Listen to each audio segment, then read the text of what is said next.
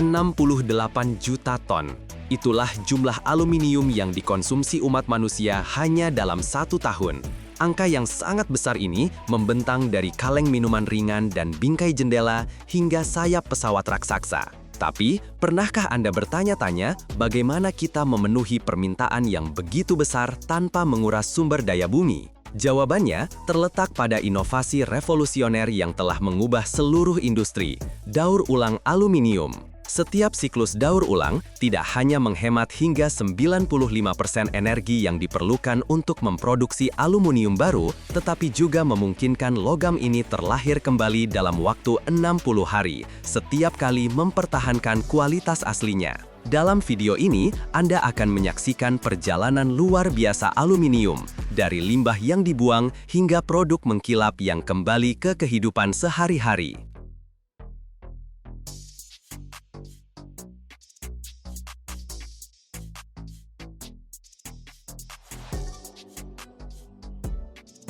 Tidak seperti banyak logam lain yang kehilangan kualitas dengan setiap siklus daur ulang, aluminium dapat digunakan tanpa batas tanpa kehilangan sifat aslinya. Karakteristik unik inilah yang menjelaskan mengapa hampir 75% dari semua aluminium yang pernah diproduksi masih digunakan. Dan Amerika Serikat telah mengubah keuntungan ini menjadi kekuatan industri. Berkat sistem pengumpulan dan peleburan canggih, aluminium daur ulang kini menyumbang lebih dari sepertiga pasokan tahunan negara, menghemat energi yang cukup untuk memberi daya pada jutaan rumah tangga setiap tahun. Tetapi manfaatnya bukan hanya ekonomi. Daur ulang aluminium juga memainkan peran lingkungan yang sangat penting. Setiap ton aluminium daur ulang mencegah hingga 9 ton emisi karbon dioksida, yang berarti puluhan juta ton gas rumah kaca yang tidak masuk ke atmosfer setiap tahun.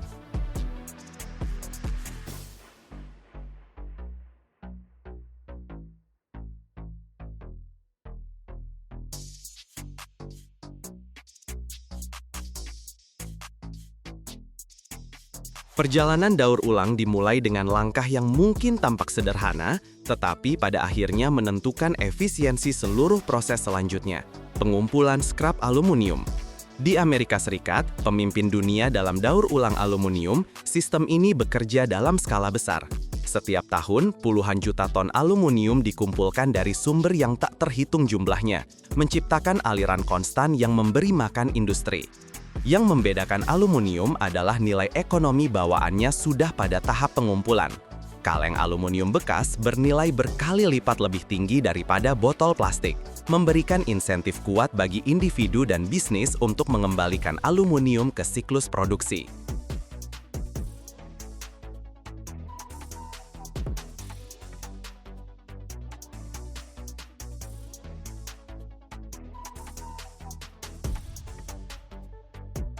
Dari titik pengumpulan di seluruh negara, konvoi truk yang penuh dengan skrap aluminium terus memasuki area penyortiran yang luas. Setiap kendaraan ditimbang, didaftarkan, lalu kontainernya dimiringkan untuk menuangkan muatan ke sabuk konveyor. Kaleng bir dari supermarket, nampan makanan dari kompleks perumahan, dan skrap aluminium industri, semuanya berkumpul menjadi tumpukan logam berkilauan yang menjulang tinggi, menyerupai gunung perak. Langsung di tempat, teknisi melakukan pemeriksaan awal yang cepat, segera menolak batch apapun yang terkontaminasi dengan kotoran berlebihan atau bahan berbahaya. Suasana di area ini selalu tegang. Setiap hari ribuan ton aluminium tiba, menjadikan fasilitas ini garis depan sejati dari proses daur ulang.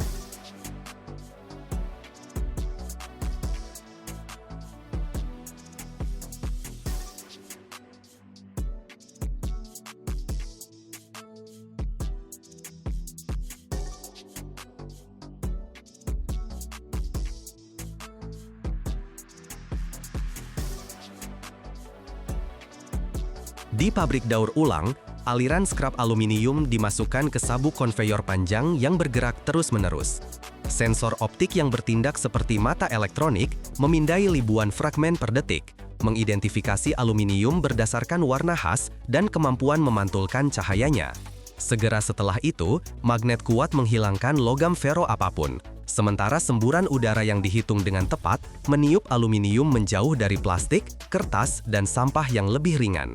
Melalui beberapa lapisan pemisahan, campuran limbah yang kacau secara bertahap berubah menjadi aliran aluminium yang lebih homogen, dikumpulkan dengan rapi dalam tumpukan perak yang berkilau. Sejak saat ini, aliran aluminium menjadi homogen secara kimia dan terkontrol ketat, siap untuk masuk lebih dalam ke proses daur ulang.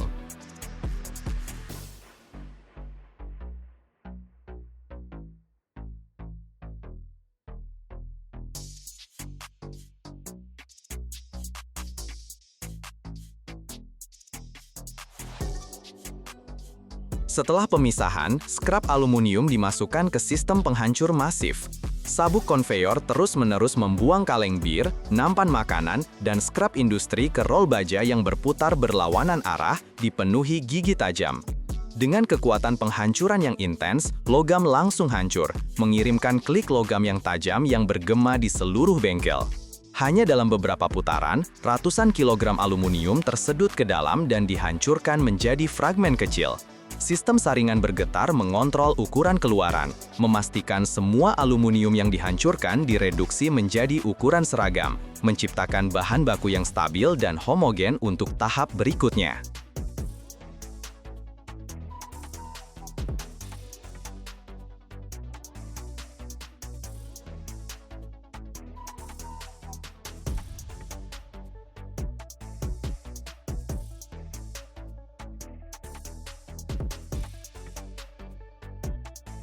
Fragmen aluminium yang dihancurkan dimasukkan langsung ke tungku industri, jantung dari seluruh proses daur ulang. Tergantung pada jenis skrap dan produk akhir yang diinginkan, pabrik dapat menggunakan tungku reverberatori, tungku putar, atau tungku busur listrik. Suhu internal dipertahankan pada tingkat dari 660 hingga 750 derajat, yang cukup untuk melelehkan aluminium tanpa menguapkan komponen paduan yang berharga. Aluminium dimuat melalui lubang atas atau saluran miring, kemudian terus diaduk baik dengan bilah mekanus atau injeksi udara terkontrol. Sepanjang proses peleburan, sensor termal dan penganalisis kimia bekerja terus-menerus, memastikan setiap batch aluminium cair memenuhi spesifikasi teknis yang tepat.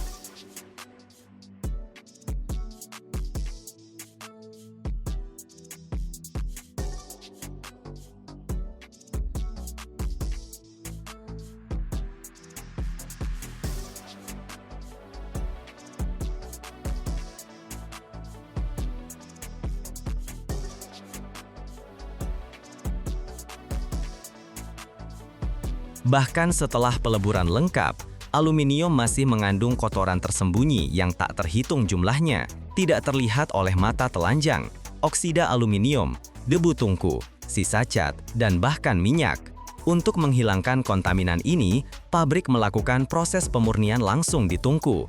Metode paling umum adalah pemberian fluks. Agen fluks khusus ditambahkan ke aluminium cair.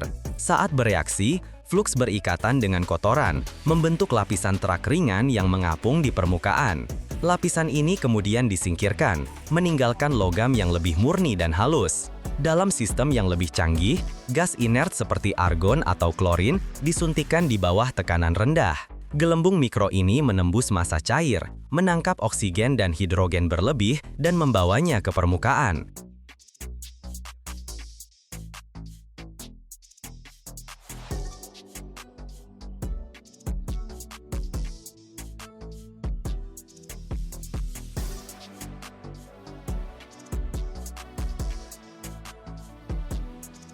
Begitu aluminium cair mencapai kemurnian yang diinginkan, dialirkan ke zona pengecoran, di mana ia mulai mengambil bentuk fisik pertama yang jelas. Ini adalah transisi penting dari cair ke padat, dari massa logam amorf menjadi unit terstruktur yang dapat diukur dan diangkut. Aluminium dituang ke dalam cetakan yang terbuat dari baja, grafit, atau bahan tahan panas khusus. Ini bisa berupa cetakan vertikal untuk batangan, cetakan horizontal untuk pelat tebal, atau sistem pengecoran kontinu berpendingin air. Kecepatan penuangan, suhu cetakan, dan intensitas pendinginan semuanya dikalibrasi dengan tepat.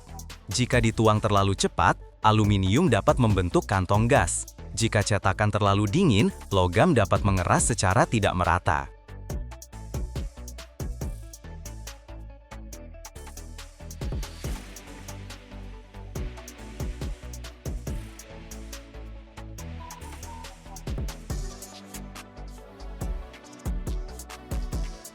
Begitu aluminium mengeras di dalam cetakan, sistem hidrolik dengan hati-hati mendorong logam padat keluar.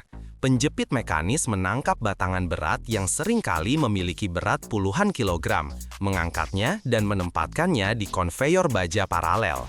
Suara gesekan logam bergema di seluruh bengkel pengecoran, sementara permukaan setiap batangan masih bersinar merah redup dari panas sisa. Satu demi satu, batangan diekstraksi sesuai irama kerja peralatan, berbaris rapi di sabuk bergerak. Sensor dengan cepat memindai setiap bagian, memeriksa bentuk dan dimensi. Dari zona pengecoran, barisan batangan aluminium padat memulai perjalanan mereka ke depan, sejajar sempurna seperti batu bata logam, menandai penyelesaian siklus produksi penuh.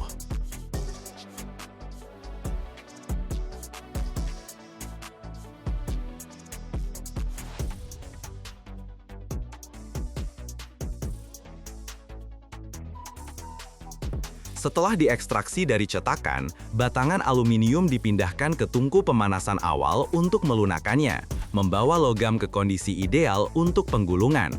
Begitu batangan siap, ia melewati serangkaian rol baja yang berputar berlawanan arah, di mana tekanan besar meratakan dan memanjangkan blok aluminium. Proses ini diulang di beberapa pabrik penggulungan, dengan celah antara setiap pasangan secara bertahap berkurang. Hasilnya, batangan yang awalnya memiliki ketebalan beberapa sentimeter secara bertahap berubah menjadi lembaran logam tipis dan seragam. Pada tahap akhir, lembaran mencapai ketebalan targetnya, seringkali hingga beberapa 1/100 mm, dan bergerak maju sebagai strip kontinu, kemudian digulung erat menjadi gulungan besar.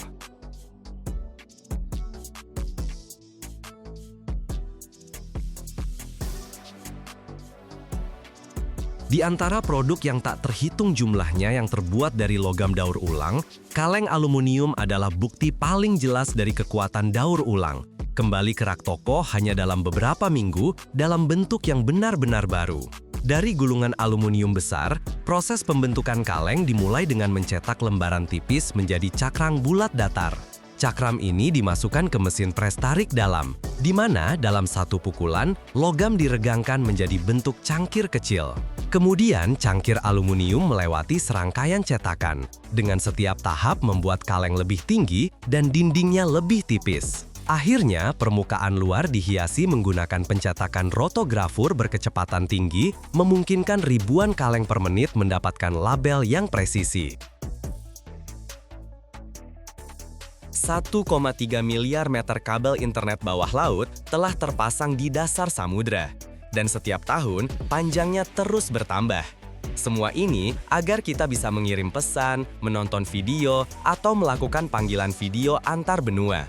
Lebih dari 95% dari seluruh lalu lintas internet antar benua setiap hari melewatinya. Terbentang melintasi kedalaman, kabel-kabel ini melewati punggung gunung berapi, berhadapan dengan hiu, kapal, dan bahkan geopolitik. Bagaimana infrastruktur raksasa ini dibuat? Siapa yang merancang rutenya? Bagaimana cara memasangnya di dasar laut pada kedalaman lebih dari 8.000 meter? Dan apa yang terjadi ketika kabel rusak? Agar internet dapat melintasi samudra, diperlukan kabel yang mampu menahan tekanan, air asin, makhluk laut, dan beroperasi selama puluhan tahun tanpa perbaikan. Semuanya dimulai dari inti pusat, konduktor tembaga atau aluminium yang membawa sinyal utama. Batangan besar logam murni dilelehkan dan dilewatkan melalui mesin penarik yang berulang kali menarik material melalui lubang yang semakin menyempit, mengurangi diameternya hingga beberapa milimeter. Pada tahap ini, terbentuk penampang bulat sempurna, tanpa retakan mikro atau kantong udara. Setelah ditarik, kawat tersebut menjalani perlakuan panas, dipanaskan pada suhu yang ditentukan secara presisi untuk menghilangkan tegangan internal dan membuatnya lebih fleksibel. Kemudian, kawat dibersihkan dari oksida, seringkali dengan metode kimia atau menggunakan roll abrasif. Hasilnya, inti yang berkilau, halus, dan nyaris sempurna. Kawat ini diperiksa secara otomatis, kontrol diameter, resistansi, fleksibilitas, dan kebersihan permukaan. Inti ini harus mampu menahan tekukan sepanjang kilometer dan bekerja tanpa gangguan bahkan pada kedalaman beberapa ribu meter. Tergantung pada jenis kabelnya, inti ini bisa digunakan sebagai konduktor tunggal atau dipilin dari beberapa helai yang lebih tipis, yang meningkatkan fleksibilitas dan perlindungan dari putus. Ketika konduktor tembaga atau aluminium sudah siap, ia langsung dimasukkan ke jalur ekstrusi, mesin panjang yang menyerupai terowongan. Di dalamnya, ada polietilen yang dipanaskan hingga 250 derajat yang meleleh menjadi seperti krim kental. Konduktor bergerak di atas konveyor dan masuk ke kepala ekstruder, di mana polimer cair secara presisi dan merata menyelimuti logam. Di sini, setiap milidetik sangat penting. Terlalu lambat, akan terbentuk lelehan. Terlalu cepat, polietilen tidak akan sempat menempel. Segera setelah itu, kabel masuk ke dalam bak berisi air pendingin, di mana lapisan polietilen dengan cepat mengeras, membungkus konduktor dengan erat. Seluruh permukaan harus halus, tanpa gelembung atau retakan. Ini adalah garis pertahanan pertama terhadap kelembapan. Setelah pendinginan, dilakukan kontrol. Laser mengukur ketebalan isolasi dan kamera memeriksa permukaan. Jika ada yang tidak beres, kabel akan dipotong dan diolah kembali. Tahap berikutnya adalah aplikasi gel hidrofobik yang berperan sebagai pelindung tak terlihat. Komposisi kental ini mengisi semua rongga di dalam kabel, menyelimuti serat optik, dan menciptakan perisai internal terhadap kelembapan. Di dalam ruang khusus, kabel melewati sistem nozzle atau kepala berputar yang secara merata menyalurkan gel ke bagian tengah dan ruang di antara elemen serat. Gel ini menyerupai pelumas transparan, tidak mengaring, tidak membeku, dan tidak larut dalam air, bahkan pada kedalaman 8.000 meter di bawah tekanan ratusan atmosfer. Sifat utamanya adalah menolak air. Jika selubung kabel suatu saat rusak, gel akan langsung menyebar dan mencegah masuknya kelembapan, tidak membiarkannya mencapai serat yang sensitif. Pada tahap ini, penting juga agar gel tidak terlalu banyak, karena akan mempersulit pemasangan lapisan berikutnya, dan tidak terlalu sedikit, karena efektivitas perlindungan akan menurun. Komputer secara presisi mengatur dosis, dan operator secara visual memeriksa pengisian dan keseragaman. Setelah aplikasi, dilakukan pendinginan dan stabilisasi singkat. Kini kabel siap menerima jantung optiknya, helai serat yang mentransmisikan cahaya dari satu benua ke benua lain. Serat-serat ini biasanya dari 4 hingga 12 helai, awalnya dikelompokkan dalam modul. Setiap modul adalah kapsul fleksibel dengan beberapa serat di dalamnya yang memberikan perlindungan tambahan. Modul-modul ini dengan sangat hati-hati ditempatkan secara spiral di sekitar konduktor pusat. Konfigurasi seperti ini memungkinkan serat untuk menekuk tanpa tegang, terutama saat menggulung dan memasang kabel di laut. Serat-serat ini biasanya dari 4 hingga 12 helai, awalnya dikelompokkan dalam modul. Setiap modul adalah kapsul fleksibel dengan beberapa serat di dalamnya yang memberikan perlindungan tambahan. Modul-modul ini dengan sangat hati-hati ditempatkan secara spiral di sekitar konduktor pusat. Konfigurasi seperti ini memungkinkan serat untuk menekuk tanpa tegang, terutama saat menggulung dan memasang kabel di laut. Agar serat tetap di tempatnya, mereka difiksasi dalam lapisan gel yang telah diaplikasikan sebelumnya. Tidak ada lem sama sekali, hanya penempatan yang rapat dan struktur yang fleksibel. Penting agar tidak ada serat yang saling bersilangan, patah, atau bergeser dari tempatnya. Pekerjaan ini hampir seperti pekerjaan perhiasan, meskipun dilakukan di jalur konveyor. Setelah itu, dilakukan pemeriksaan kontinuitas setiap serat. Sinar laser ditembakkan melaluinya. Bahkan retakan mikro atau tekukan akan menyebabkan kegagalan dan serat tidak akan lolos kontrol. Jika semuanya baik, konstruksi beralih ke tahap berikutnya, isolasi dan penguatan tambahan. Pertama, di atas struktur serat optik, diaplikasikan lapisan polimer tambahan, seringkali polietilen berdensitas tinggi atau bahan fleksibel dan tahan air lainnya. Lapisan ini melindungi dari kerusakan mekanis, gesekan, dan kelembapan. Ini kembali terjadi di ekstruder, mirip dengan yang digunakan untuk lapisan isolasi pertama.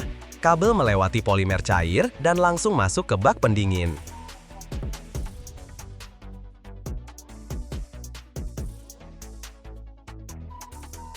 Setiap tahun, lebih dari 150 juta meter kubik kayu lapis diproduksi di seluruh dunia. cukup untuk membuat rangkaian gerbong yang diisi dengan lembaran-lembaran ini mengelilingi bumi di Khatulistiwa beberapa kali. Tapi bagaimana dari sebatang pohon biasa, lahirlah material unik ini yang digunakan dalam furnitur, konstruksi, dan bahkan pembuatan kapal? Apa yang tersembunyi di balik proses yang dimulai dengan prosedur spa untuk kayu gelondongan dan berakhir dengan mesin pres panas, di mana lapisan-lapisan kayu selamanya menyatu menjadi satu kesatuan monolit?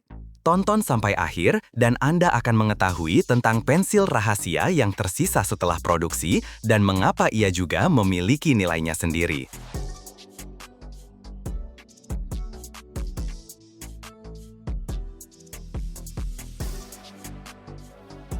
Semuanya dimulai di hutan, di mana spesimen terbaik dipilih untuk produksi kayu lapis. Dibutuhkan batang pohon yang lurus sempurna dan silindris tanpa banyak mata kayu atau cacat, terutama dari jenis birch, alder, atau pinus. Setelah dikirim ke pabrik, kayu gelondongan melewati tahap persiapan pertama yang sangat penting, perlakuan hidrotermal. Mereka direndam dalam kolam-kolam raksasa berisi air panas, di mana mereka menghabiskan beberapa jam, bahkan terkadang sehari penuh. Salon spa untuk kayu gelondongan ini memiliki tujuan yang murni praktis. Air panas melunakkan kayu, membuatnya lebih plastis dan mudah dibentuk. Tanpa ini, pengolahan lebih lanjut tidak akan mungkin. Setelah mandi, kayu gelondongan dimasukkan ke lini produksi, di mana kulit kayunya dikupas. Mesin-mesin khusus dengan cepat dan efisien membersihkan batang, meninggalkan permukaan yang halus dan terang.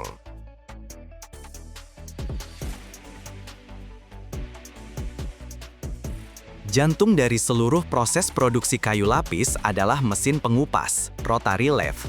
Disinilah sesuatu yang luar biasa terjadi. Kayu gelondongan yang telah disiapkan dijepit di kedua ujungnya, mulai berputar dengan kecepatan sangat tinggi di sekitar porosnya. Sebuah pisau panjang yang tajam seperti silet perlahan-lahan mendekatinya. Saat menembus kayu, pisau tersebut mulai mengupas, bukan serutan, melainkan sebuah pita utuh yang tak terputus dengan ketebalan hanya 1 atau 2 mm. Ini mirip seperti saat membuka gulungan tisu dapur raksasa. Mesin ini secara harfiah membuka batang pohon, seolah-olah itu adalah gulungan papirus kuno, mengubah silinder bervolume menjadi pita datar yang panjang. Pita ini disebut fenir.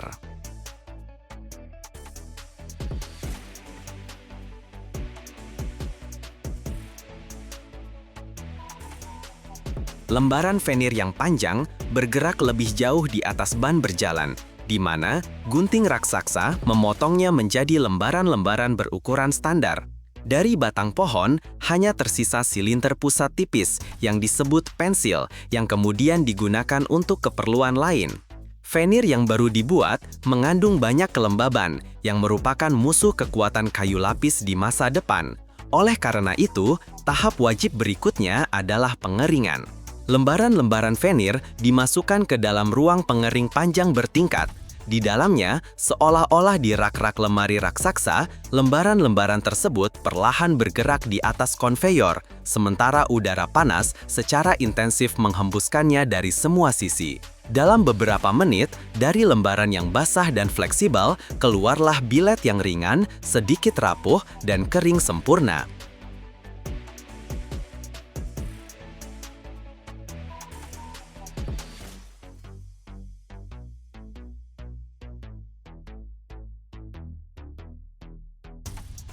Pada tahap ini, lembaran fenir yang sudah kering disortir berdasarkan kualitas. Kemudian, mereka melewati mesin pelapis lem. Roll-roll khusus yang dicelupkan ke dalam bak berisi lem sintetis mengoleskan lapisan film yang merata dan lengket di satu sisi setiap lembar kedua. Selanjutnya, dimulailah proses pembentukan paket. Selembar fenir kering diletakkan di atas meja, dan di atasnya diletakkan lembaran yang sudah diolesi lem.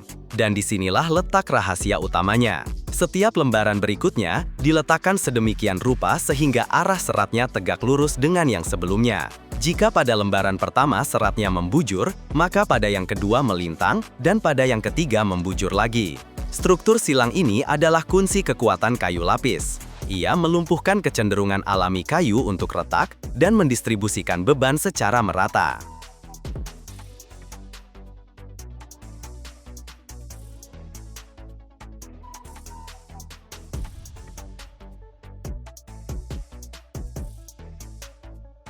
Itulah mengapa kayu lapis sama kuatnya di semua arah.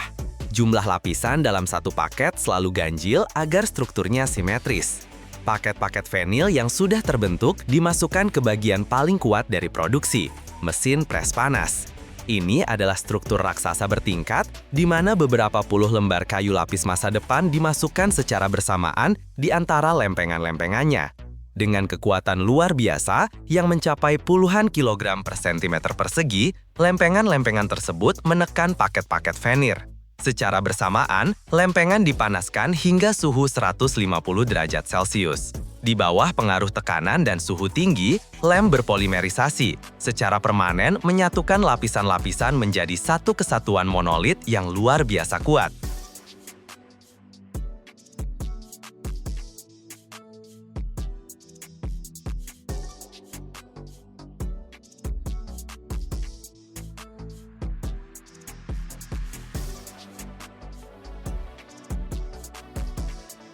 Lembaran-lembaran kayu lapis panas keluar dari mesin pres dan ditumpuk untuk pendinginan bertahap. Setelah itu, mereka melewati pemrosesan akhir, gergaji-gergaji piringan yang kuat memotong tepinya, memberikan lembaran ukuran geometris yang presisi.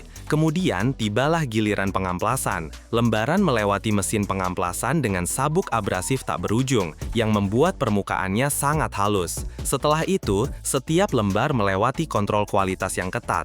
Inspektur memeriksanya untuk mencari cacat, delaminasi, mata kayu, atau noda lem. Tergantung pada kualitas permukaan, kayu lapis diberi kelas tertentu dan diberi label. Tumpukan kayu lapis yang sudah jadi dikirim ke gudang untuk kemudian menjadi bagian dari furnitur, rumah, dan kapal.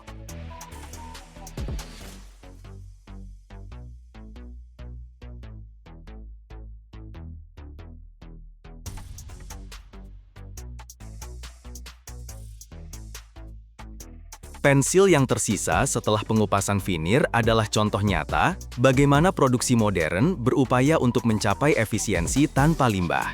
Ini bukan sampah, melainkan bahan baku berharga. Jika silinder tersebut cukup besar, ia dikirim ke lini penggergajian, di mana ia mendapatkan kehidupan kedua dalam bentuk kayu gergajian. Dari situ, dipotong papan-papan kecil dan balok-balok, yang sangat ideal untuk membuat kerangka yang tak terlihat namun kuat untuk sofa dan kursi, kaki kursi, elemen tempat tidur anak-anak, atau palet kayu. Setiap tahun, di Amerika Serikat, diproduksi lebih dari 27 miliar kaki persegi papan gipsum. Jumlah itu cukup untuk membangun jalan dari bumi ke bulan dan hampir setengah jalan kembali. Atau cukup untuk menutupi seluruh wilayah negara bagian Delaware sebanyak 2 kali. Tapi bagaimana sebuah batu biasa yang terbentuk jutaan tahun lalu di dasar laut purba berubah menjadi lembaran halus yang kini menjadi dinding rumah kita?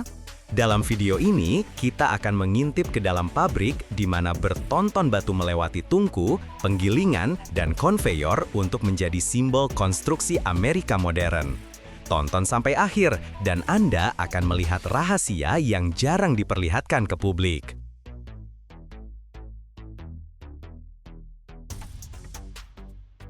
Angka di balik produksi papan gipsum di Amerika Serikat tidak hanya besar, tapi astronomis. Baru-baru ini, pabrik-pabrik di AS memproduksi sekitar 2,5 miliar meter persegi papan gipsum. Angka ini begitu kolosal sehingga sulit untuk dibayangkan. Coba bayangkan, jika semua papan gipsum itu diletakkan, kita bisa membuat jalur selebar sekitar 1 meter yang membentang dari bumi ke bulan dan hampir setengah jalan kembali. Dan dengan jumlah lembaran ini, kita bisa menutupi seluruh wilayah negara bagian Delaware sebanyak 2 kali, dan masih ada sisa. Aliran material bangunan yang tak ada habisnya ini bukan hanya produk fisik, tetapi juga indikator ekonomi yang kuat.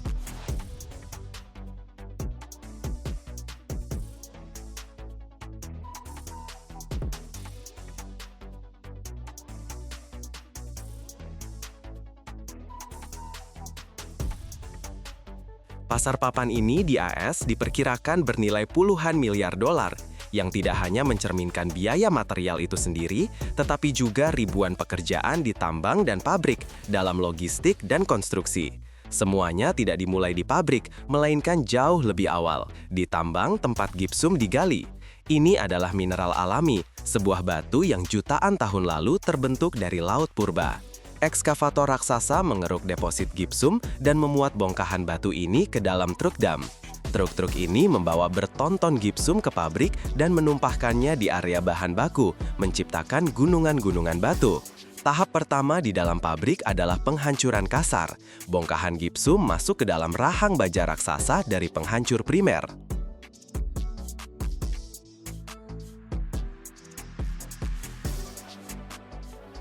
Dengan deru dan derit yang memekakkan telinga, mesin ini memecah batu-batu besar menjadi potongan-potongan lebih kecil seukuran kepalan tangan. Kemudian, gipsum yang sudah dihancurkan ini diangkut dengan ban berjalan ke penggilingan sekunder. Di sini, puluhan palu baja yang berputar dengan kecepatan tinggi menghancurkan potongan-potongan ini menjadi fraksi yang lebih kecil lagi, mengubahnya menjadi sesuatu yang mirip kerikil kasar. Tapi itu pun belum cukup. Tahap penghancuran terakhir mengubah gipsum menjadi bubuk sehalus bedak. Bubuk ini menjadi sangat halus sehingga menyerupai tepung. Bubuk inilah bahan baku utamanya, tetapi di dalamnya masih tersimpan rahasia yang perlu diungkap.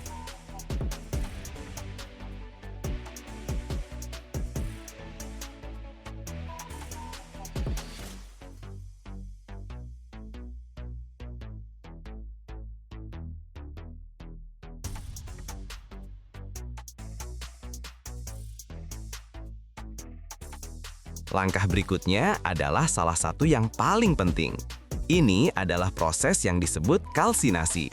Dan pada dasarnya, ini adalah pengeringan gipsum yang terkontrol. Faktanya, dalam struktur kristal gipsum alami, terperangkap molekul-molekul air. Agar papan gipsum bisa mengeras, air ini harus dihilangkan untuk sementara. Untuk itu, bubuk putih ini dimasukkan ke dalam tungku besar yang berputar perlahan. Di dalam tungku ini, suhu dijaga dengan sangat presisi, sekitar 150 derajat Celcius. Bubuk gipsum yang perlahan bergerak di dalamnya dipanaskan dan air yang terikat di dalamnya berubah menjadi uap. Sekarang bubuk ini, yang sudah disebut plester bangunan atau stuko, memiliki sifat unik. Jika air ditambahkan kembali, ia akan dengan rakus menyerapnya dan kembali menjadi batu gipsum yang padat.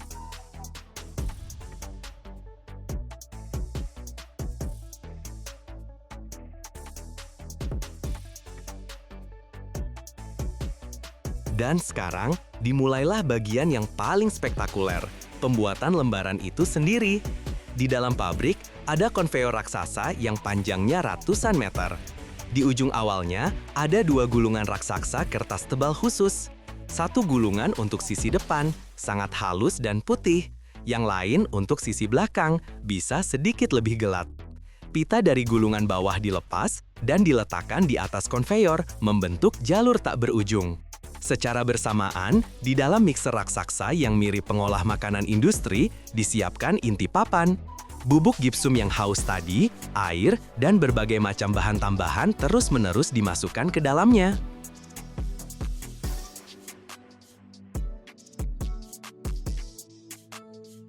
Setiap bahan tambahan memiliki perannya.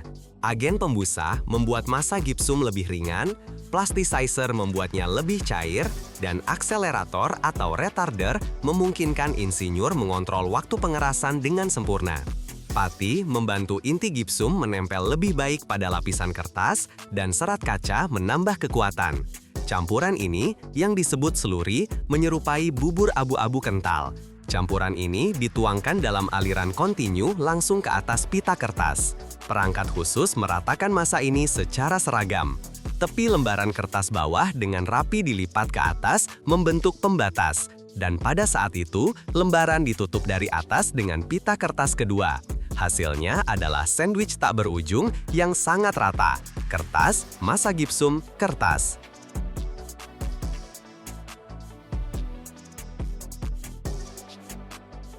Sandwich ini segera melewati dua roll yang menekannya hingga ketebalan yang ditentukan secara presisi, misalnya 12,5 mm. Lembaran papan gipsum yang baru terbentuk masih lunak dan basah, melanjutkan perjalanannya di atas konveyor yang sangat panjang yang disebut jalur pengerasan. Panjangnya bisa mencapai beberapa ratus meter. Saat lembaran perlahan bergerak, keajaiban nyata terjadi di dalamnya. Bubuk gipsum bereaksi dengan air, kembali berubah menjadi batu padat dan melepaskan panas dalam prosesnya. Di ujung jalur panjang ini, ada sebuah pisau terbang.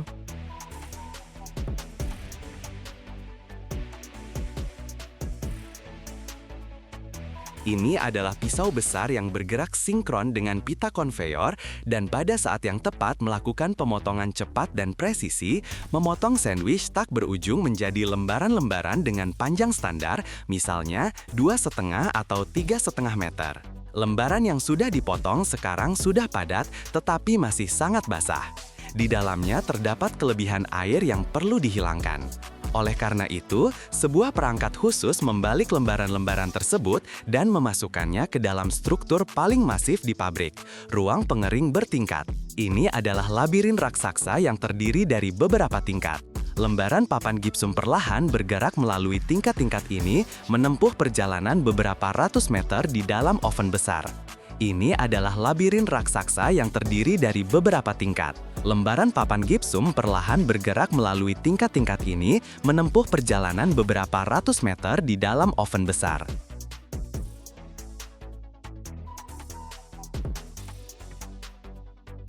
Udara panas yang bersirkulasi di dalamnya dengan hati-hati menguapkan kelebihan kelembapan dari lembaran. Suhu di sini dikontrol dengan sangat teliti. Proses ini bisa berlangsung sekitar 1 jam. Saat keluar dari pengering, muncullah produk yang sudah kita kenal. Lembaran papan gipsum yang sangat kering, ringan, dan kuat. Tapi ini belum berakhir. Tahap terakhir adalah penyelesaian. 2 lembaran yang sudah jadi ditumpuk dengan sisi depannya saling berhadapan.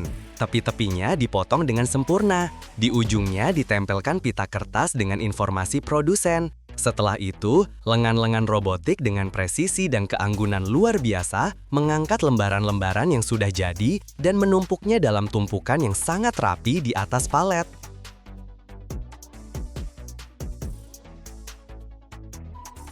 Dari sana, ia akan dikirim ke lokasi konstruksi untuk menjadi bagian dari rumah seseorang, berubah dari batu abu-abu sederhana yang digali dari bawah tanah, menjadi dinding yang halus dan nyaman. Produksi papan gipsum seolah menjadi barometer kesehatan industri konstruksi. Ketika ekonomi sedang naik, orang-orang aktif membangun rumah baru dan merenovasi yang lama. Dan permintaan akan papan gipsum meningkat tajam. Secara geografis, industri ini juga memiliki pusat-pusatnya. Meskipun pabrik papan gipsum tersebar di seluruh negeri, penambangan bahan baku utamanya, gipsum, terkonsentrasi di negara bagian tertentu. Pemimpin di sini adalah negara bagian seperti Texas, Oklahoma, Kansas, Nevada, dan Iowa. Setiap tahun, dunia memproduksi begitu banyak tulangan fiberglass sehingga menantang baja itu sendiri. Ini bukan fiksi, melainkan produksi modern. Dunia menghabiskan miliaran untuk melawan karat, untuk memperbaiki jembatan dan tempat parkir yang hancur oleh korosi. Tapi ada solusinya, komposit yang 2 kali lebih kuat dari baja, 4 kali lebih ringan, dan sama sekali tidak mengenal apa itu karat. Pasar material ini tumbuh sebesar 12% setiap tahun. Dan hari ini, Anda akan melihat bagaimana dari ratusan gelondong benang dan 1 drum resin, lahirlah material bangunan masa depan. Oh iya, sebelum kita mulai, kami selalu sangat ingin tahu geografi penonton kami. Tolong tulis di kolom komentar dari kota atau negara mana Anda menonton kami saat ini. Semuanya dimulai di salah satu ujung sebuah bengkel besar, di mana berdiri sebuah struktur yang mirip perpustakaan raksasa untuk benang. Ini disebut rak gelondong atau krill. Di dinding setinggi beberapa meter, terpasang ratusan, bahkan ribuan gelondong benang raksasa dalam barisan yang rapi. Di setiap gelondong ini tergulung benang kaca yang sangat tipis atau roving. Ini bukan kaca yang sama dengan yang dibuat untuk jendela. Ini adalah serat kaca khusus yang diproduksi dengan melelehkan kaca dan menariknya melalui lubang-lubang mikroskopis. Hasilnya adalah benang yang lebih tipis dari rambut manusia, tetapi dengan kekuatan tarik yang luar biasa. Inilah yang akan menjadi kerangka kita. Dari setiap ratusan gelondong ini ditarik seutas benang, dan semuanya berkumpul menjadi satu bundel tebal yang mengembang.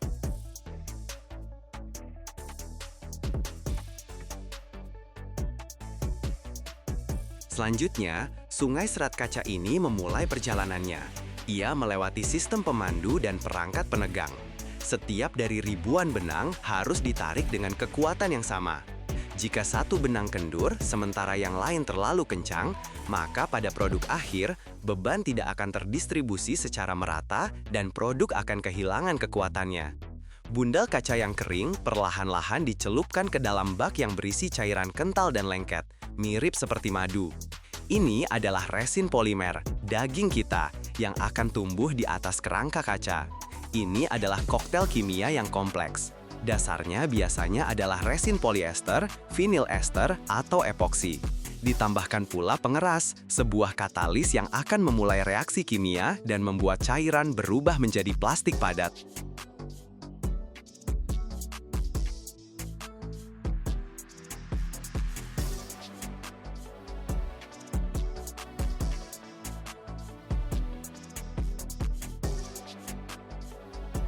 Selain itu, berbagai aditif juga bisa ditambahkan. Pigmen untuk memberi warna, inhibitor ultraviolet agar tulangan tidak takut sinar matahari, dan penghambat api untuk ketahanan terhadap api. Tugas bak ini adalah meresapi setiap serat, bahkan yang terkecil sekalipun. Bundel harus benar-benar tenggelam dalam resin ini agar tidak ada satu area kering pun yang tersisa. Bundel yang sudah jenuh dan berat karena resin lengket keluar dari bak dan menuju titik kelahirannya, cetakan dai pembentuk. Inilah jantung dari seluruh proses. Bayangkan sebuah lempengan baja tebal dengan lubang bundar sempurna yang dipoles, yang diameternya persis sesuai dengan diameter batang yang akan dibuat. Dai ini dipanaskan hingga suhu tertentu.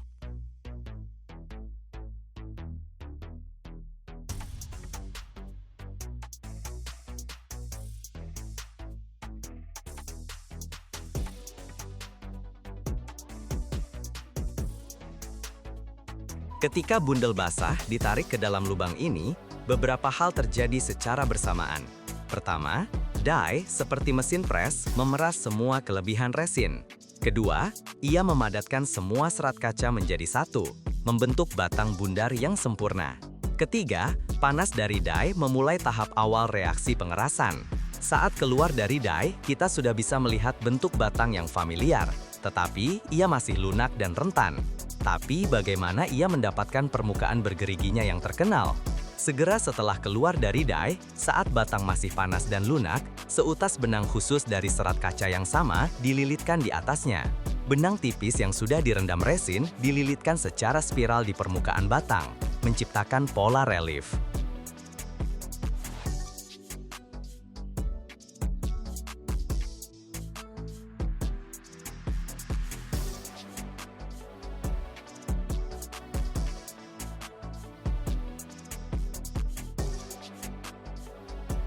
Batang yang sudah dibentuk dan dibalut memasuki bagian terpanjang dari mesin, terowongan pengawetan, atau oven polimerisasi.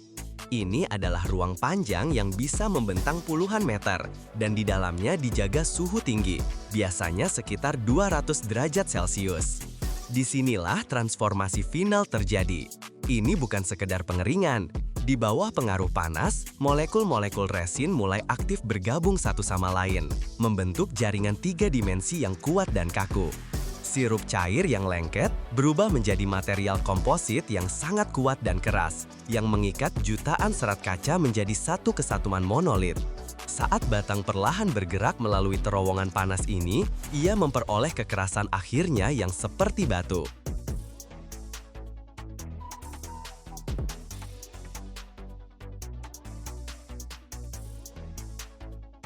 Tapi apa yang menariknya, melalui seluruh perjalanan panjang ini, di ujung lini produksi terdapat alat penarik khusus.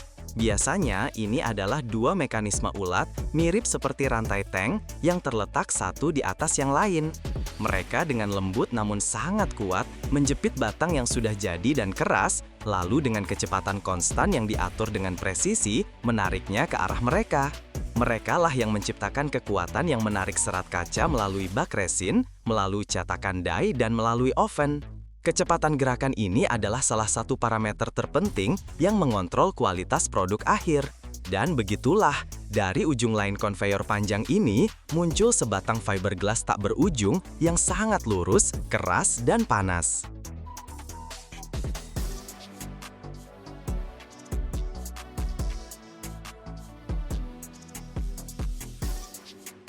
Tahap terakhir adalah pemotongan.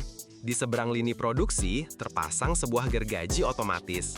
Gergaji ini disinkronkan dengan kecepatan gerakan batang. Pada saat yang tepat, ia melakukan gerakan cepat ke depan dan dengan suara "wus" yang tajam, memotong sepotong batang dengan panjang standar dari pita tak berujung, misalnya 6 atau 12 meter. Kemudian, ia kembali ke posisi semula. Batang-batang yang sudah jadi, masih hangat, menggelinding ke meja pendingin, kemudian dikumpulkan menjadi bundel, diikat, dan dikirim ke gudang. Dan begitulah, di depan mata kita, ribuan benang kaca rapuh dan satu drum cairan lengket, setelah melewati perjalanan melalui bak, mesin pres, dan oven, berubah menjadi material bangunan masa depan yang ringan namun luar biasa kuat. Pasar tulangan fiberglass memang belum menjadi raksasa seperti pasar baja, tetapi ia adalah pendatang baru paling berani yang dengan cepat mendapatkan popularitas. Pasar global material ini sudah dinilai ratusan juta dolar dan prediksinya sungguh luar biasa. Diharapkan akan tumbuh sebesar 10 hingga 12% setiap tahunnya. Dan sekarang tentang keunggulan utama yang membuat tulangan baja jadi gugup. Yang pertama dan paling jelas, berat. Tulangan fiberglass sekitar 4 kali lebih ringan dari baja dengan diameter yang sama. Bayangkan sebuah truk. Ia bisa membawa 4 kali lebih banyak tulangan fiberglass dalam 1 kali jalan dibandingkan baja.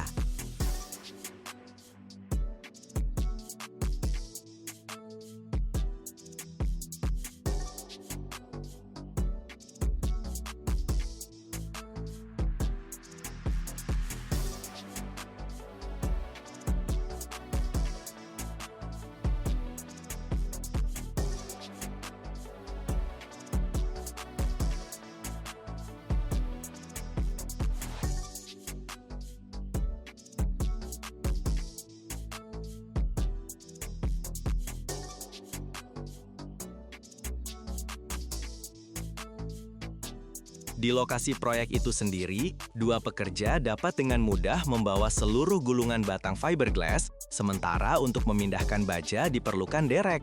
Ini adalah penghematan luar biasa dalam hal logistik dan tenaga kerja. Kedua, kekuatan. Dan di sini, fiberglass masuk ke dalam ring dan menjatuhkan baja di ronde pertama. Kekuatan tariknya sekitar 2 kali lebih tinggi daripada tulangan baja standar. Ini berarti bahwa dalam beberapa konstruksi bisa digunakan tulangan dengan diameter lebih kecil, menghemat lebih banyak berat dan volume.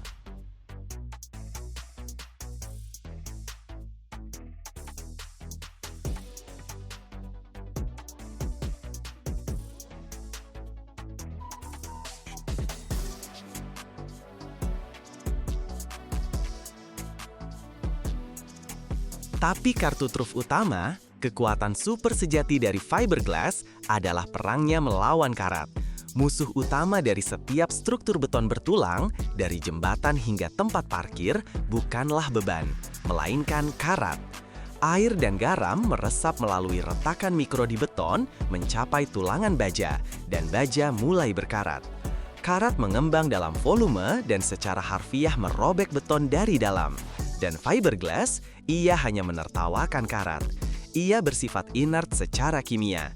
Ia sama sekali tidak peduli dengan air, garam, asam maupun basa. Ini berarti umur layanan struktur meningkat secara drastis. Struktur beton yang diperkuat dengan baja dirancang untuk bertahan sekitar 50 tahun. Sedangkan struktur dengan tulangan fiberglass dapat dengan mudah dirancang untuk bertahan lebih dari 100 tahun.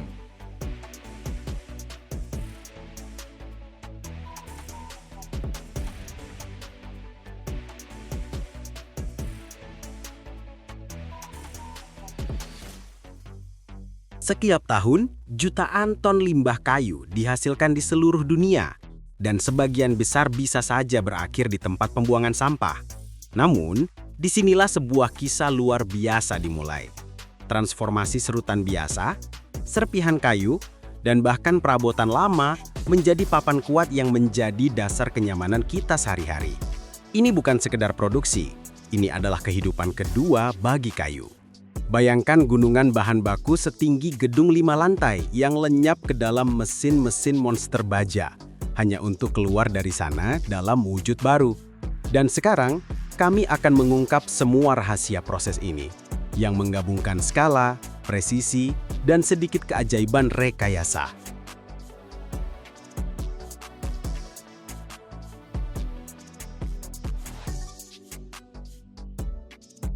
Semuanya dimulai di sebuah area bahan baku yang sangat luas, tempat dasar untuk papan masa depan terus-menerus berdatangan. Berlawanan dengan kepercayaan umum, kayu berkualitas tinggi hampir tidak pernah digunakan untuk produksinya.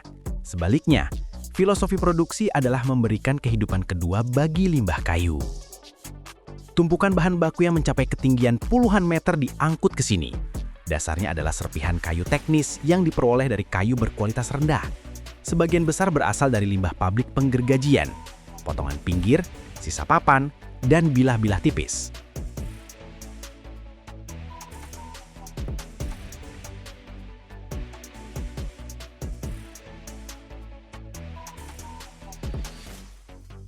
Limbah pengolahan kayu, seperti serutan dan serbuk gergaji dari pabrik mebel, juga digunakan secara aktif. Arah penting lainnya adalah kayu daur ulang. Palet kayu tua, peti, dan bahkan perabotan bekas setelah dibersihkan secara menyeluruh mendapatkan kesempatan untuk hidup baru dalam komposisi papan partikel. Setiap batch bahan baku melewati kontrol kualitas yang ketat. Tahap pembersihan pertama adalah menghilangkan benda-benda logam. Separator elektromagnetik yang kuat menyaring aliran bahan baku, mengeluarkan paku, staples, dan fragmen logam lainnya. Selanjutnya, bahan baku melewati sistem penyaringan untuk menghilangkan pasir, batu, dan sampah lainnya.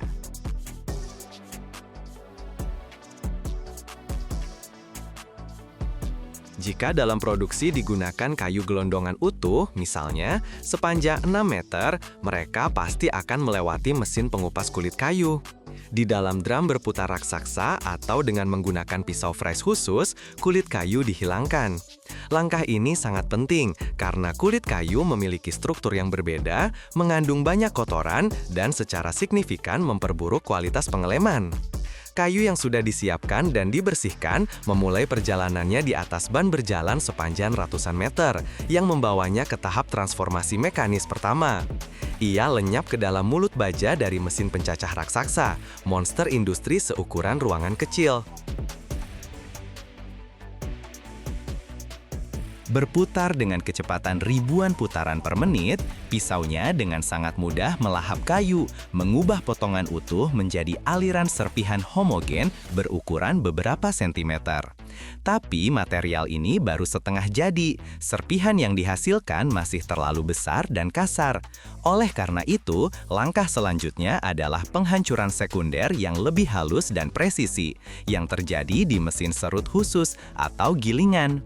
Disinilah, di tengah deru peralatan presisi tinggi, lahirlah serutan yang memberi nama pada produk akhir.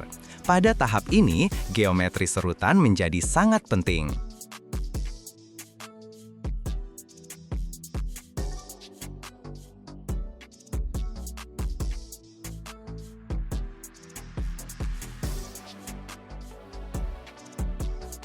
Untuk lapisan luar atau permukaan dari papan yang akan bertanggung jawab atas penampilannya, diperlukan serutan yang sangat halus, tipis, dan datar. Serutan ini diproduksi di mesin serut pisau yang secara harfiah mengiris serpihan tipis dari kayu menyerupai kepingan. Untuk lapisan dalam atau inti dari papan yang merupakan tulang punggung strukturalnya, digunakan serutan yang lebih besar dan lebih tebal. Ini menciptakan kerangka internal yang kuat yang memberikan papan kekakuan akhir, kekuatan lentur, dan kemampuan untuk menahan pengencang seperti sekrup dengan andal.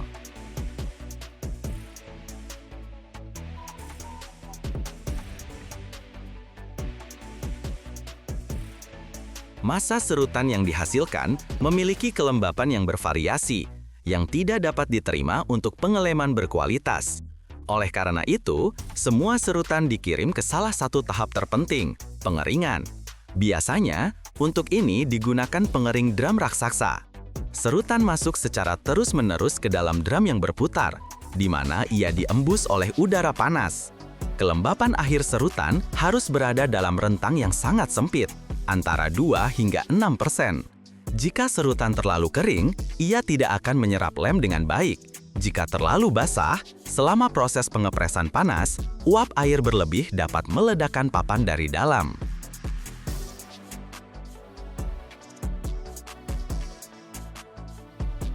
Tibalah giliran komponen kunci yang akan mengubah massa serutan yang gembur menjadi papan monolitik, bahan pengikat. Paling sering, ini adalah resin sintetis. Serutan yang telah disortir masuk ke dalam mixer kontinu khusus. Di dalamnya, resin disemprotkan melalui nozzle, menciptakan kabut lem yang secara merata menyelimuti setiap partikel kayu. Dosis resin sangat penting dan biasanya mencapai 6 hingga 10% dari massa serutan kering. Serutan yang sudah dilapisi resin sekarang lengket dan siap untuk disatukan. Akhirnya, siap menjadi papan.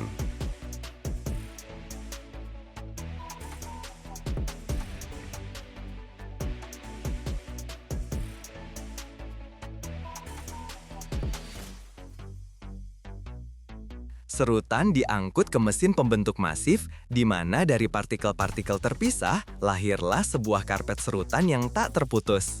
Disinilah terjadi keajaiban rekayasa dalam menciptakan struktur 3 lapis. Mesin pembentuk adalah kompleks yang rumit, yang secara berurutan dan dengan presisi tinggi menaburkan serutan ke atas ban berjalan yang bergerak. Pertama, ia menciptakan lapisan bawah yang sangat rata menggunakan fraksi paling halus. Segera setelah itu, di atas dasar ini diletakkan lapisan tengah yang jauh lebih tebal yang terdiri dari serutan besar dan kuat. Sebagai penutup, seluruh karpet ini ditutupi dengan lapisan fraksi halus lainnya, menciptakan cerminan dari lapisan bawah.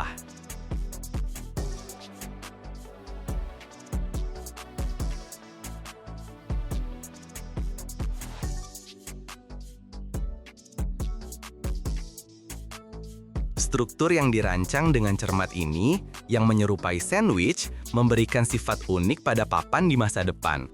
Lapisan luarnya yang halus dan padat sangat ideal untuk pengamplasan lebih lanjut. Sementara lapisan dalamnya yang kuat memberikan papan kekakuan yang diperlukan. Karpet yang sudah terbentuk tetapi masih gembur melewati mesin prapres, di mana ia dipadatkan secara signifikan. Pengepresan awal ini menghilangkan udara berlebih darinya dan memberikan bentuk yang nyaman untuk dimasukkan ke dalam mesin pres utama. Inilah puncak dari seluruh proses teknologi. Karpet yang sudah diprapres dan dipotong-potong dimasukkan ke dalam mesin pres panas. Di dalam mesin pres, massa serutan secara bersamaan dipengaruhi oleh 2 faktor kuat, tekanan luar biasa yang mencapai puluhan kilogram per sentimeter persegi memadatkan serutan.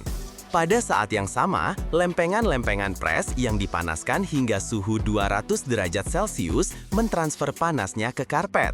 Suhu tinggi ini mengaktifkan resin, memulai proses polimerisasi yang tidak dapat diubah. Lem cair langsung berubah menjadi polimer yang sangat keras dan kuat, yang secara permanen merekatkan jutaan partikel kayu menjadi satu.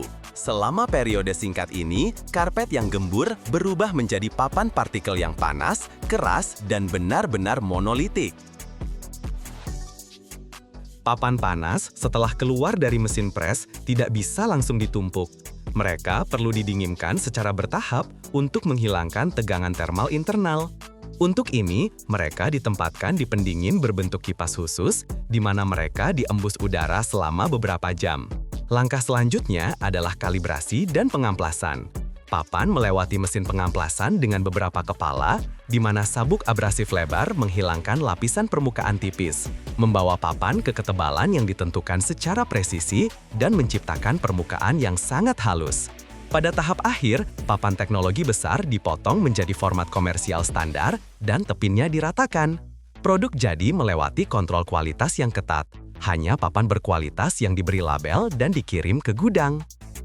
Setiap tahun, lebih dari 500 juta ton kaca diproduksi di seluruh dunia. Tanpanya, tidak akan ada jendela, ponsel pintar, mobil, atau gedung pencakar langit.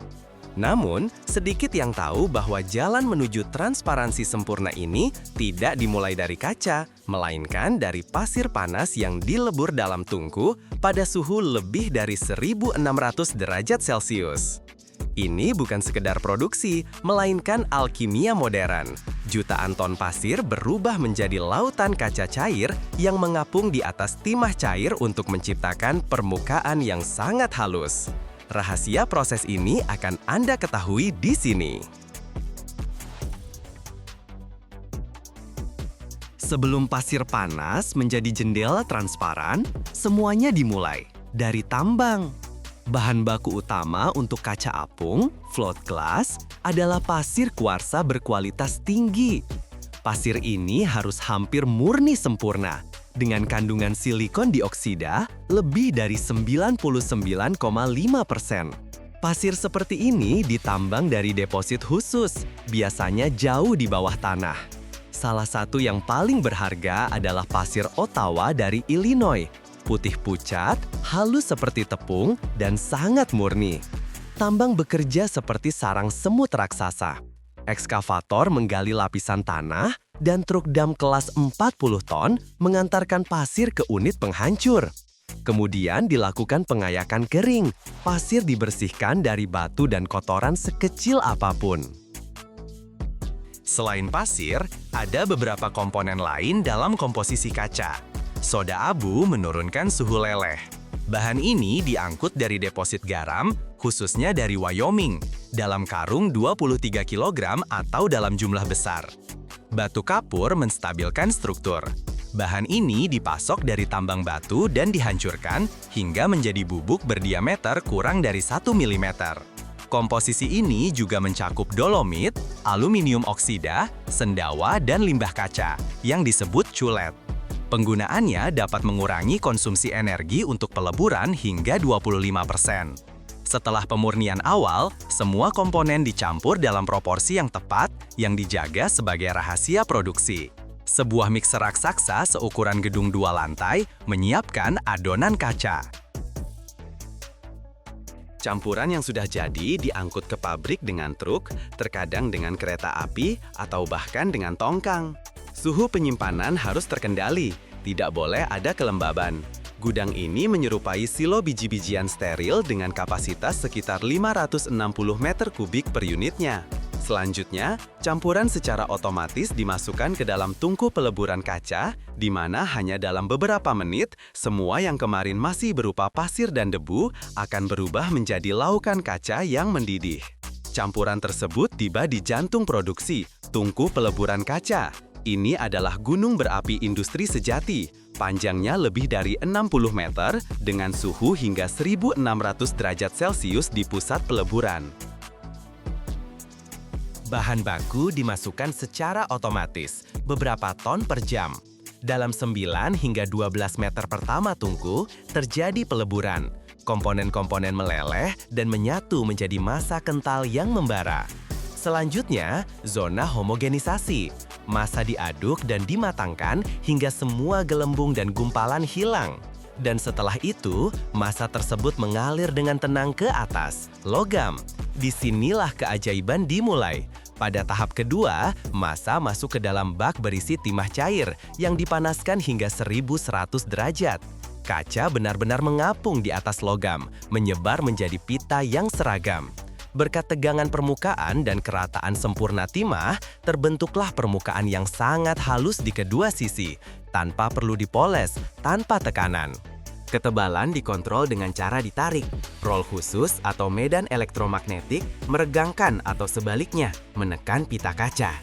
Dengan cara ini, kaca dengan ketebalan dari 1,5 hingga 19 mm dapat dihasilkan. Panjang bak timah lebih dari 45 meter, dan kaca perlahan mengapung di atasnya dengan kecepatan hingga 7,5 meter per menit sambil mendingin hingga suhu 540 derajat Celcius. Ini adalah momen yang sangat kritis. Namun, bahkan pada tahap ini, kaca belum siap. Selanjutnya, zona anil. Pita kaca melewati terowongan panjang, di mana ia didinginkan beberapa derajat per menit untuk menghilangkan semua tegangan internal. Jika ini tidak dilakukan, kaca nantinya bisa retak dengan sendirinya. Permukaannya seperti permukaan es yang mulus tanpa goresan sedikit pun. Ukuran lembarannya mengesankan, lebar hingga 3 meter dan panjang lebih dari 9 meter. Dalam kondisi ini, kaca masuk ke zona pemotongan. Sebelum dipotong, sistem pemindaian komputer menganalisis seluruh permukaan, mencari retakan mikro, inklusi, dan tegangan. Setiap temuan berarti satu lembar kaca ditolak. Pemotongan tidak dilakukan secara mekanis. Kini digunakan laser atau pemotong roda. Pisau mikro mirip dengan berlian, membuat goresan, dan kemudian tekanan ringan mematahkan kaca tepat di sepanjang jalur tersebut. Terkadang, lembaran dipotong langsung sesuai pesanan. Misalnya, 60 x 90 cm untuk kaca bangunan atau seukuran layar untuk Tesla. Yang lain dibuat dalam format standar untuk gudang, di mana mereka disimpan secara vertikal di rak dengan bantalan karet. Setelah pemotongan, tahap kalibrasi. Lembaran diperiksa ketebalannya, geometrinya, dan kelurusan tepinya. Kamera beresolusi tinggi memindai setiap sentimeter. Laser menganalisis sudut. Tangan manusia hampir tidak terlibat di sini. Hanya pada tahap akhir, ketika pekerja dengan sarung tangan memberi label pada lembaran yang sempurna. Di dunia di mana kaca memiliki transparansi sempurna, penandaan adalah nama, paspor, dan tanda tangan pembuatnya dalam satu kesatuan. Di zona penandaan inilah setiap kaca diberi identitas, di mana, kapan, oleh siapa, dan untuk apa ia dibuat. Metode yang paling umum adalah ukiran laser. Laser khusus membakar titik-titik mikroskopis di permukaan, menciptakan tulisan buram yang tidak bisa dihapus. Ketebalan hurufnya kurang dari 2,5 mm. Tulisan ini tidak dapat dihilangkan tanpa merusak kaca. Itulah sebabnya sering digunakan sebagai kode anti perusakan.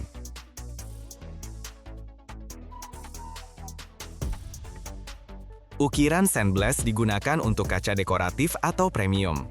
Melalui stensil, bahan abrasif disemprotkan ke kaca di bawah tekanan, membentuk tanda buram yang timbul. Ada juga penandaan dengan tinta keramik. Metode ini digunakan pada tahap sebelum pengerasan. Cat khusus diaplikasikan dengan metode cetak, kemudian dibakar pada suhu lebih dari 1100 derajat. Penandaan seperti ini berwarna, terlihat jelas dan sangat tahan lama. Tidak luntur, tidak terhapus, dan tidak pudar. Penandaan bisa bersifat teknis maupun merek. Misalnya, di jendela rumah-rumah mewah, logo produsen seringkali dengan bangga dibiarkan terlihat.